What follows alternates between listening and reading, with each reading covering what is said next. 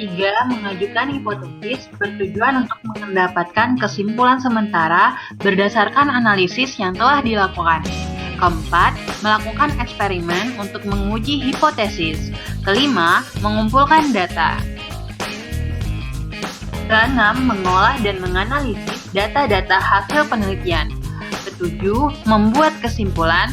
Lalu kedelapan, melaporkan hasil penelitian dalam bentuk laporan ilmiah. Apakah ilmu kimia mempunyai keterkaitan dengan ilmu lainnya? Ayo kita cari tahu. Sebagai salah satu ilmu terapan, kimia masih membutuhkan ilmu-ilmu pendukung lainnya. Adapun hubungan antara ilmu kimia dan ilmu lainnya adalah sebagai berikut. Bidang kedokteran. Ilmu kimia digunakan untuk mendiagnosa suatu penyakit, teknologi rekayasa genetika, dan radiologi. Bidang farmasi. Di bidang farmasi, ilmu kimia dijadikan dasar dalam pembuatan obat. Bidang kriminologi. Contoh kegunaan kimia di bidang kriminologi adalah untuk proses visum, pemeriksaan urin, dan sebagainya. Bidang pertanian. Di bidang pertanian, kimia berfungsi sebagai dasar pembuatan pupuk, pestisida, dan pemulihan tanaman. Bidang biologi. Kimia ternyata juga berperan di bidang biologi loh.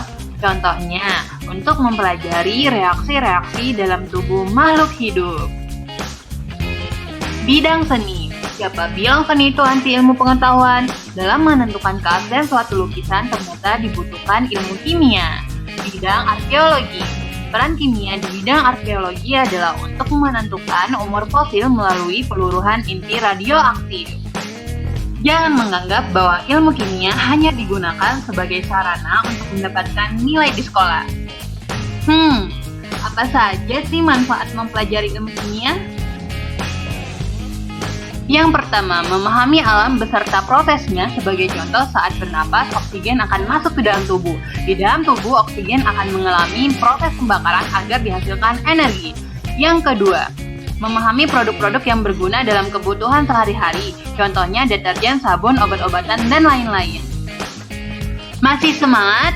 Ayo kita lanjutkan!